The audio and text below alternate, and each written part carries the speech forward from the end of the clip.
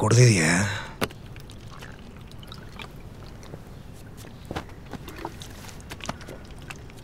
ಬೇಗ ಎದ್ಯಾ ಅಥವಾ ಮಲಗಲೇ ಇಲ್ವಾ? ಏನು ವ್ಯತ್ಯಾಸ ಆಗುತ್ತೆ?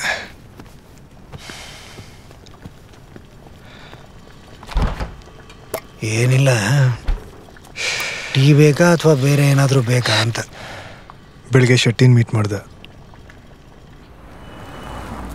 ನಿನಗೆಲ್ಲ ವಿಷಯನೂ ಗೊತ್ತಾಯ್ತು ಅಂತ ಹೇಳಿದ್ಯಾ? ಹೇಳಬೇಕಾದ ರೀತಿಯಲ್ಲಿ ಹೇಳಿದೆ.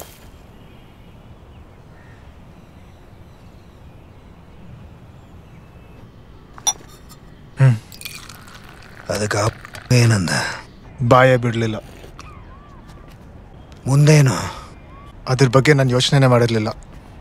ಆದರೆ ನೆನ್ನೆ ನಾನು ಡಿಸೈಡ್ ಮಾಡಿದೆ. ಹಿಂಗೆ ಮಾಡಿದ್ನಲ್ಲ, ಅದಕ್ಕಾದ್ರೂ ಬಾಕ್ಸಿಂಗ್ ಮಾಡಲೇಬೇಕಂತ ಅನಿಸ್ತು.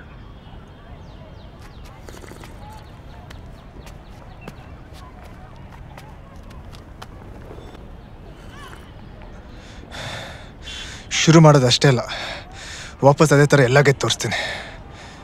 ಈ ಪರಿಸ್ಥಿತಿಲಿ ನಿನ್ನ ಕೈಲಿ ಮಾಡೋಕ್ಕಾಗತ್ತೆ ಅಂತೀಯ? ಇಲ್ಲ, ಅದಕ್ಕೆ ನಿಮ್ಮ ಹೆಲ್ಪ್ ಬೇಕು. ನೀವೇ ನಂಗೆ ಟ್ರೈನ್ ಮಾಡಬೇಕು.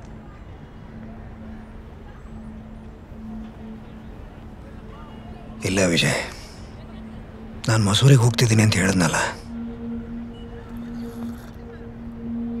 ನಿಮ್ಮನ್ನು ಬಿಟ್ಟರೆ ಇನ್ನು ಯಾರ ಕೈಲೂ ಆಗಲ್ಲ ಅಂತ ನಿಮಗೂ ಗೊತ್ತು. ಸಾರಿ ವಿಜಯ್, ನಾನು ವಾಪಸ್ ಬರಲ್ಲ.